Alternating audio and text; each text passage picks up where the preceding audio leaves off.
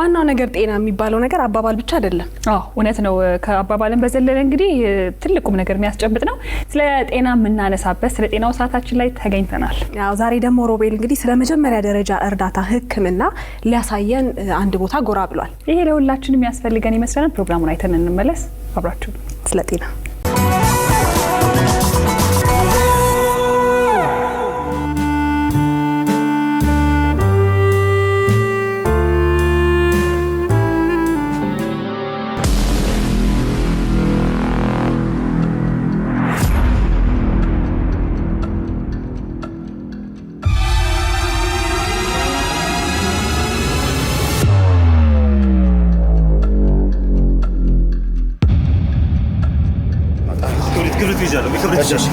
ምንድን እስቲ ክብሪት አለ ለስላሳ የሚጠጣሚር እንደዘለለ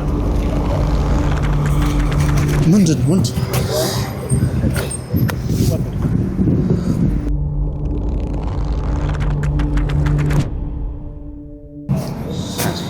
ህክምና የሚያውቅ ሰው የለም እንዴ? ተው የህክምና ባለሙያ ነው እንዴ? አዎ ክብሪት ትጨረርለት ምን እናግዘው? ቆይ ሰፋ አርጉለት አየር አርጉለት ትንሽ ጊዜ እንስተው በቃ ምን እናምጣ? ስኳርም አያስፈልግም? ለስላሳ አለ እዚህ አምጥተናል። ለስላሳ ይሻላል። ቆይ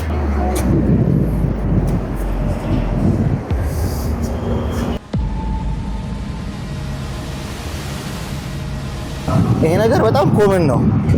ሰው የሚንቀጠቀጥ ሰው በመናገኝበት ጊዜ በግራ በኩል አንገቱን ቀና እናረጋለን። ይሄ እጁ እንትን ይላል። እግሩን ወደዚህ እንዳይመለስ በግራ በኩል አድርጎ ማስተኛት። የሚጫር ክብሪት ከጥቅሙ ጉዳቱ ሊበልጥ ይችላል። ከዛ ላይ ደግሞ ውሃ ጠፍንጎ መያዝ ተጨማሪ ጉዳት ልንሰራ እንችላለን።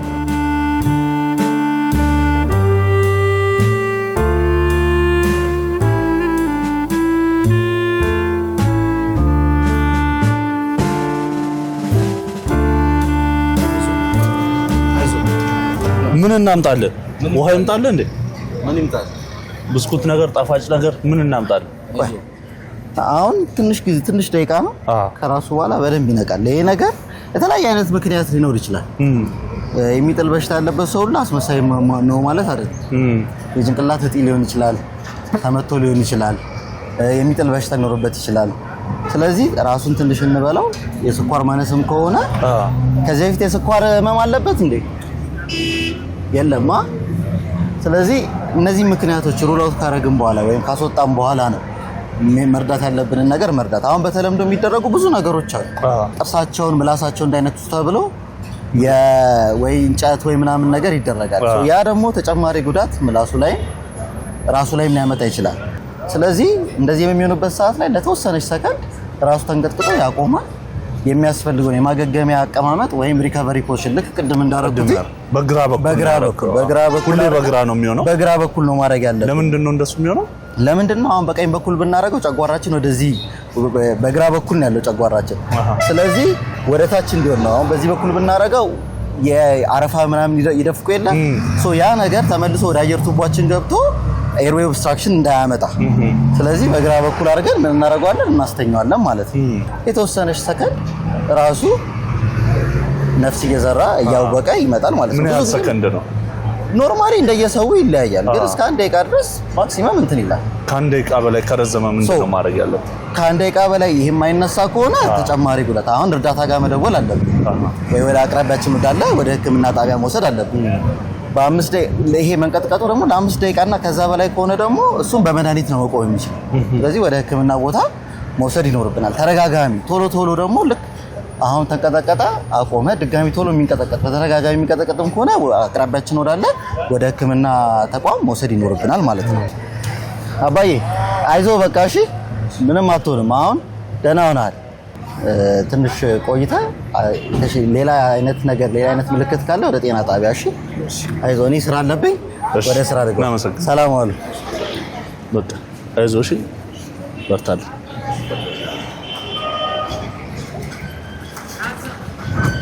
ይቅርታ እንዴት ነህ? ሰላም ሰላም ነው። እንዴት ነው? አለን ለን ይመስገን። የጤና ባለሙያ ነህ? አዎ ዶክተር ቢኒያም አለሙ እባላለሁ። የጤና ባለሙያ ነኝ። የብሉ ሄልዝ ኢትዮጵያ ደግሞ መስራችና ዋና ስራ አስኪያጅ ሆኜ እየሰራኝ ይገኛለሁ። በአጋጣሚ እንዲሁም የፈርስት ኤድ ትሬኒንጎችን ነው የምንሰጠውና እንደዚህ የሚደረጉ ነገሮችን በድርጅታችን እርዳታ እንዲሰጡ ባለሙያዎችን እያበቃን እንገኛለን። አጋጣሚ ሆነው ቢሮዎችን ጋር ነው እንደዚህ አይነት ነገር ያጋጠመው። ትሬኒንግ ነው እየሰጠን ያለነው። እንደው ምን ትሬኒንግ እንደምትሰጡ ምንም አሁን እንዳየው በባህላዊ ነው ስጠቀም የነበረውና የተለያዩ ነገሮችንም በዛው ብታሳየኝ ደስ ይለኛል። በጣም ደስ ይለኛል። ቢሮአችን እዚህ ጋር አለ። ገብተን ደግሞ በደንብ ያለውን ነገር ዲስከስ እናደርጋለን። እኔ አሁን መሰረታዊ ከምላቸው ነገሮች አንዱ ይሄ ፈርስት ኤድ ነው፣ የመጀመሪያ ደረጃ እርዳታ። እሱም ባለማወቃችን በጣም ብዙ ሰው እንደምናጣ ይሰማል እና የምንሰራቸውም ስህተቶች ምንድናቸው የሚለውንም ግንዛቤው የለምና እንደ የዓለም ጤና ድርጅት ባወጣው ሪሰርች መሰረት 59% ፈርስት ኤድ ባለመስጠት የሰው ህይወት ይሞታል ይላል። ያ ትልቅ ቁጥር ነው። በእኛ ባህል ደግሞ እኛም በዚህ ስልጠና ወደ 5 ዓመት ቆይተናል። ያየናቸው ብዙ በባህላዊ የሚደረጉ ነገሮች አሉ፣ መደረግ የሌለባቸው ነገሮች ደግሞ አሉ። እነሱን እያመጣጠንን ነው ለማህበረሰባችን ስልጠና እየሰጠን ያለነው። ዛሬ ስላገኘው ደስ ብሎኛል። በደንብ ታሳየኛል። በጣም ደስ ይለኛል። ውስጥ ገብተን ደግሞ በደንብ ትሬኒንጎቹን ምንድነው የሚደረጉትን የሚለውን ነገር በደንብ እናያለን። እንዲሁም ጥሩ ሰዓት ላይ መጣ። ስልጠና ያለበት ሰዓት ላይ ነው። ጆይን አድርገህ ከአሰልጣኙ ጋር ማገናኛለሁ። የሚያስፈልጉትን ነገሮች የሚያስፈልጉትን እውቀትና ክህሎት በደንብ ይዘህ። ስለዚህ ማንኛውም ሰው ስልጠናው መውሰድ ይችላል ማለት ነው። ማንኛውም ሰው ፈርስት ኤድ ኢዝ ፎር ኤቭሪዋን ኤቭሪዌር የምንለው ሜንታሊቲ ያለ ማንኛውም ሰው በፈለገበት ሰዓት ሰልጥኖ አውቆ መርዳት ይችላል ማለት ነው። በጣም አሪፍ። እንግባ።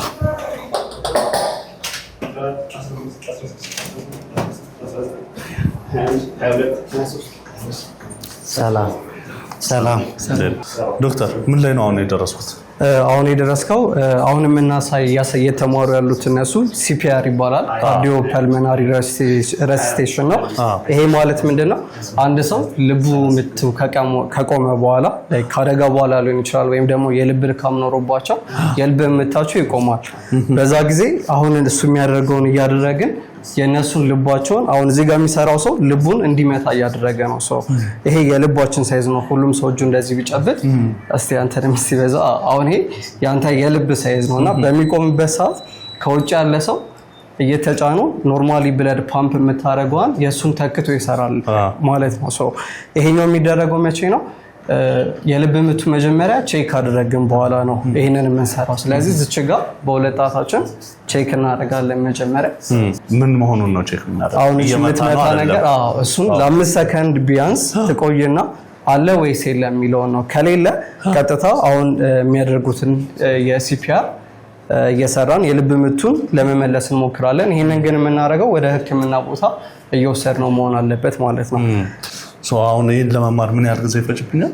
አሁን ይሄኛውን ለመማር ከ1 ቀን ጀምሮ እስከ 5 ቀን ቴለር እያደረግን ነው የምንሰጠው። ላይክ እንደ ማንኛውም ሰው መሰልጠን ይችላል። አንዳንዶቹ በጣም ረዘም ያለ ስልጠና ለብዙ ጊዜ የሚቆየውን አይነቶች አሉት፣ ቤዚክ እና አድቫንስድ የሚባሉ ከ1 ቀን ጀምሮ እስከ 5 ቀን እንትን ማድረግ መሰልጠን ይችላል። ምን ስልጠናዎች መውሰድ ይችላል? በ5 ቀን አሁን እዚህ ጋር የምታየው ሲፒአር አለ። ከዛ ደግሞ የተለያዩ ኤዲ የሚባል አለ፣ ማሽን ነው። ላይክ ይሄ ሆስፒታል ላይ ከሆነ የሚያስነሱበት አለ። እሱን ተክቶ የሚሰራ ነው። አሁን እዚህ ጋር ያለው አውቶማቲክ ነው። ይሄኛው አውቶማቲክ ኤክስተርናል ዲፊብሪሌተር ይባላል።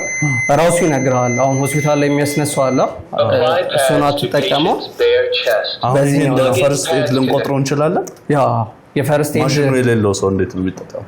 ይሄኛው አሁን ዩዥዋሊ ማሽኑ ብዙ ጊዜ ኢትዮጵያ ውስጥ የለም እንጂ ይሄኛው ቢኖር የልብ ምቱ የቆመበትን ሰው በጣም ቶሎ የመመለስ እድሉን በጣም በከፍተኛ ሁኔታ ይጨምራል። ስለዚህ ይሄኛውም እንደ አንድ ትሬኒንግ እና ብዙ ጊዜ ትላልቅ እንደዚህ ሆቴሎች ላይ ከሆስፒታል ውጪ ማለት ነው ሆቴሎች፣ ኤርፖርት ላይ እንዲኖር ሪኮመንድ ይደረጋል። ምክንያቱም አዲስ አበባ ደግሞ ያው ትልቅ ሲቲ ናትና ብዙ አይነት ኢቨንቶች ስለሚዘጋጁ ከውጭ የሚመጡ እንደዚህ አይነት ኬዝ ያለባቸው ስለሚኖር ይሄ አለ ማለት እዛ ሆቴል ላይ የዛን ሰው የመትረፍ እድሉን በጥፍ ይጨምረዋል። ስለዚህ ይሄኛውም ላይክ እንደ ዶክተር መሆን አይጠበቅባቸውም። ከዛም ውጪ ደግሞ ፈርስት ኤድ በጣም ብዙ አለ። ለምሳሌ መሰበር አደጋ ሊኖር ይችላል። ትራውማዎች የሚባሉት ማለት ነው። የደረት፣ የሆድ፣ የዳሌ አደጋ፣ እጅ ላይ መሰበር፣ እግር ላይ መድማቶች፣ እነዚህ በሙሉ እነዚህ አሁን የምታያቸው ፈርስት ኤድ ኪቶች አሉ። እንደ ብዛታቸው እያደረግን እያንዳንዱን ፕራክቲስ እያደረጉ እየተለማመዱ የሚሰለጥኑበት ነው። ይሄ ደግሞ አንገታቸው ልክ አሁን የመኪና አደጋ ዋናው የመሞት ምክንያታቸው አደጋው ብቻ ሳይሆን ከአደጋው በኋላ የምናነሳበት አነሳሳችን ነውና ዝም ብሎ አፋፍሰው መውሰድ፣ መጎተት እነዚህ አይነት ነገሮች የበለጠ ጉዳቱን ያባብሳል። በተለይ ይሄ አንገታቸው ጋር አከርካሪ ጉዳት ስለሚኖርና እሱን ያንን እንቅስቃሴ እንዳይኖረው ለመደገፍ የምንጠቀምበት ነው። ግን ይሄኛው ከሌለ ራሱ አንድ ሰው ጭንቅላቱ ጋር ሆኖ በመደገፍ ይሄንን ነገር ራሱ የሚሰለጥኑበትን እንግዲህ እንደ መጀመሪያ ቀን መሰረታዊ የሚባል ደግሞ ስልጠና ብትሰጠኝ ደስ ይለኛል።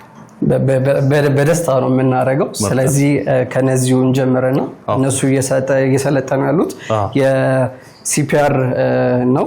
ከሱ አሳያለሁ። አሁን እዚህ ጋር ሲሰሩ አይተህ ከሆነ መሬት ላይ ነው እየሰሩ ያሉት። ይሄ ምክንያት አለው። ብዙ ጊዜ አደጋ ከተነሳ በኋላ አልጋ ላይ ወይ ሶፋ ላይ አይሰራም። የግድ መሬት ላይ ጠንካራ የሆነ ቦታ ላይ መሆን ስላለበት መጀመሪያ የምናደርገው ይሄ ሰውዬ ንቃተ ህሊናውን ቼክ በማድረግ እንመታዋለን። ወንድም ከዛ ካልሰማን ደግሞ እዚች ጋር ቅድም እንዳየ ነው ሁለት ጣታችንን እናደርግና ጆሮአችንን ደግሞ አፉ ጋር እናደርጋለን። አይናችን ደረቱ ነው ያለ ምን ነው የሚያየው ቤት ካለው ሲተነፍስ አንድ ሰው የሚንቀሳቀሳል እሱ አለ ወይስ የለም የሚለው ቼክ እናደርጋለን።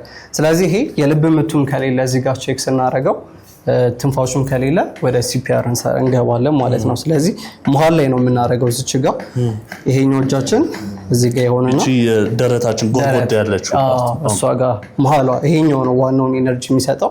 እሱ ጋር እናደርጋለን። ከላይ እጃችን ደርበና ቀጥ ማለት አለበት። እንደዚህ መታጠፍ የለበትም። ስትሬት መሆን አለበት። እንደዚህ መራቅም የለብንም። ለምንድን ነው ይሄንን የምናደርገው? 5 ሴንቲሜትር ወደ ውስጥ መግባት አለብን። ከዛ እንቆጥራለን ወደ ሰውነታችን ማለት ነው። ወደ ውስጥ 5 ሴንቲሜትር ልብን ለማግኘት 5 ሴንቲሜትር እዚህ ጋር ሁለት አረንጓዴ ሲበራ በትክክል መስራታችንን ያሳየናል። እሱና እዚህ ጋር አለ ደግሞ በደቂቃ ከ100 እስከ 120 ነው ፍጥነታችን የሚሆነው። ስለዚህ 1 2 3 30 እንሰራና ሁለት ትንፋሽ እንሰጣለን። ግን ትንፋሽ የምንሰጠው የምናውቀው ሰው ምናምን ከሆነ ነው። መንገድ ላይ እና ማናውቀው ሰው ከሆነ ይሄንን ብቻ ደረት መጫኑን ብቻ እንሰራለን ማለት ነው። ትሞክራለህ? ልሞክረውስ? እንደዚህ ላዙ ሁልጊዜ በቀኝ በኩል መሆን አለበት። የተጎዳው ሰው በተጎዳው ሰው አሁን ቀኙ እዚህ ጋር ሄደ። ኦኬ የተጎዳው ሰው ሳይድ መሆን አለበት። ልብን ቶሎ ለማግኘት እሱ የተሻለ ስለሆነ እስኪ ሞክር። አሁን ፍጥነትን ይሄ ስትፈጥን ነው እንደዚህ ያለው። በደቂቃ ከ100 እስከ 120 እቺን ሪትም ተከተላል። 1 3 4 5 30 ካደረግን በኋላ ትንፋሽ እንሰጣለን። ይሄኛው ካለ በጣም ሲፈጥን እዚህ ጋር ምልክት ነበር። ይሄኛው ማለት ነው ፊድባክ ዲቫይሶች ይባላሉ እነዚህ ማኒከኖቹ። ለሰውየው ምን ያመጣበታል ማለት ነው? ፈጠንክ ማለት አሁን ለምሳሌ ልብ ሞላች አይደል? ቶሎ ተረጫለች። ከዛ መልቀቅ መቻል አለብህ እንዲሞላ ማለት ነው። ግን ቶሎ የምታደርገው ከሆነ ከሆነ ሰዓት በኋላ ደም የለውም ባዶውን ነው እንትን እያለና ብዙ እየጠቀምኩ አይደለም። ስለዚህ ቢቷን መጠበቅ አለብህ ያችኛል። ይሄኛው በፕራክቲስ የሚመጣ ነው። ስትዘገይ ደግሞ ቀይ ያበራብሃል። ወደ ታች ካልተጫንክም ደግሞ 5 ሴንቲሜትር ካልገባህም ቀይ ያበራብሃል። ስለዚህ በእንደሱ ያደረግን 30 ካደረግክ በኋላ ደግሞ ትንፋሽ ትሰጣለህ። ትንፋሹን ስትሰጥ እንዴት ነው? ሁልጊዜም በጭንቅላቱ ሳይድ መሆን አለብህ በተጎጁ። እቺኛዋ ጠባቧ ፓርት አለች እሷ የቱ ጋር ትሆናለች? አፍንጫው ጋር። ከዛ ሲኢ ክላምፕ ይባላል። አሁን በጣቴ ሲ ሰራውና እቺ ሲ እንደዚህ ትይዘዋለች። ከዛ ወደ ታች ጫን ይሏል። ከዛ ይሄ ደግሞ ኢ ይባላል። ኢ ነገር ይመስላል። ሲኢ ክላምፕ ይባላል። አያይዙ ሲ አለች። ኢ ደግሞ ምን ያደርጋል? አንገቱን ቀና ማድረግ አለብህ ወደ ላይ። አንገቱን ቀና ካላደረከው እንደዚህ ታስፎ ከሆነ ትንፋሹ አይሰጠውም። እና ትክክል መስጠትን የምታውቀው ደረቱ መነሳት አለበት ስትሰጠው። 1 2 ሁለቴ ነው የምንሰጠው። አሁን ደረቱ ባይነሳልን እንደዚህ ቢሆን ትክክል አይደለም። ስለዚህ መለሰት አስተካክለውና ቀና አድርገህ 1 2 እስከ መጨረሻው ደግሞ አትጫነውም። ግማሽ ድረስ ነው የምንሄደው ሳምቦውን በጣም ኢንፍሌት እንዳያደርገው። 1 2 ሁለት ከሰጠ በኋላ 30 1 2 ናይስ። ከዛ እንደሱ ስታደርግ እኔ ደግሞ 30 ቀጥላለሁ ማለት ነው። 30 ስል ድጋሚ 2 ትሰጣለህ። yes ናይስ። ግልጽ ነው። ግልጽ ነው። አሁን ይሄ አማራጭ አለው በአፍ ቅድም እንዳልኩ በአፋችን መስጠት ሪኮመንድ አይደረግም። ምክንያቱም ብዙ ነገር በአፍ የሚተላለፉ ነገሮች ስላሉ። ግን ይሄኛው ፌስ ሺልድ ይባላል። ፈርስት ኤድ ኪት ውስጥ የምናገኘው ከሆነ እችኛዋ ትታያለች። በሷ አፏ ላይ ትሆናለች ክፍተቷ። ከዛ አፍንጫውን እንደዚህ እንይዘዋለን ሁልጊዜ። አፍንጫው ተሸፍኖ በአፉ ብቻ ነው የሚሰጠው። ከዛ አንገቱን ደግሞ እዚህ ጋር አገጯን ቀና እናደርገዋለን ማለት ነው። ሁሌ አየር ሲሰጥ ቀና፣ ሁሌም አየር ሲሰጥ ቀና ማለት አፍንጫ መያዝ፣ ከዛ ቀና፣ ከዛ አፉ ሙሉ ለሙሉ እንሸፍነውና ስንት ጊዜ እንሰጠዋለን? 2 ጊዜ። አሁን ወደ ውስጥ ትንፋሽ እንለቅበታለን። 1 2 እንደዛ አድርገን አሁንም ትክክል መስጠታችንን የምናውቀው በምንድን ነው? ደረቱ ሲነሳ። አሁን ትንፋሽ ብትሰጠው እዚህ ላይ እናየዋለን። አዎ እናየዋለን።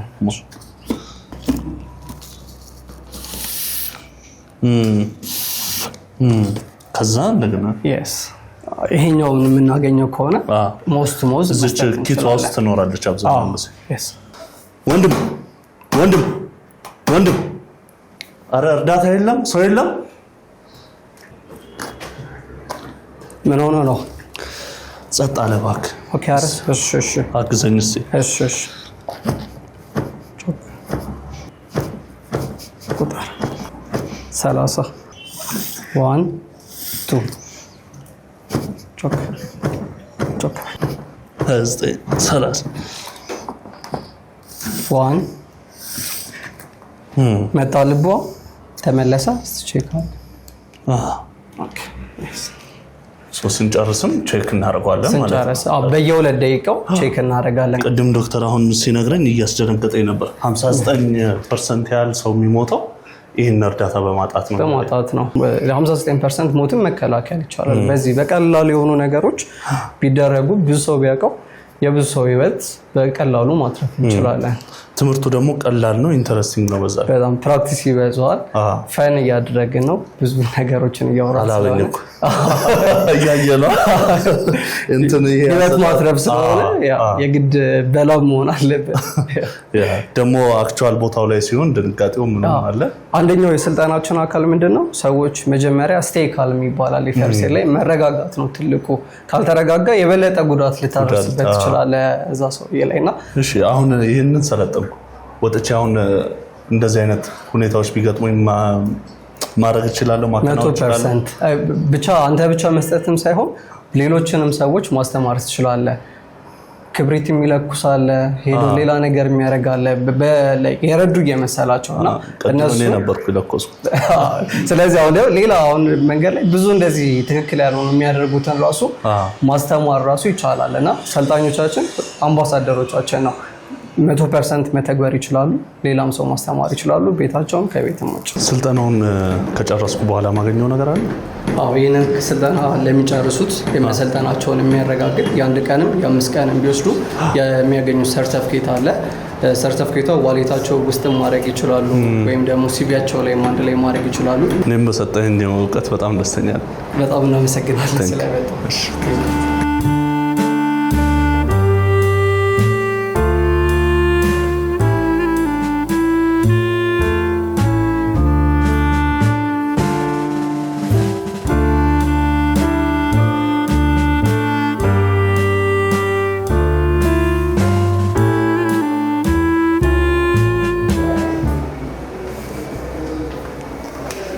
እሺ ነበረ እንዴ አርካሚ መሆኑን አልነግረኝም እንዴ? ሰው ማለት እንግዲህ ሂሮ ሴቭ ላይፍ ነው የምንለው። ያው ሀብቱ ሂሮ በቀላል የሚመጣ አይደለም። ግን በማወቄ በጣም ደስተኛ ነኝ። ጥሩ ጊዜ ያሳለፋችሁ። በጣም ሁሉ ጊዜ ደግሞ ጥያቄ አለኝ። የተለያዩ አይነት አደጋዎች፣ የተለያዩ አይነት ሁኔታዎች ይገጥሙን የለ ምንድን ነው የምናደርገው የሚለው ሁሌ ጥያቄ ነበር።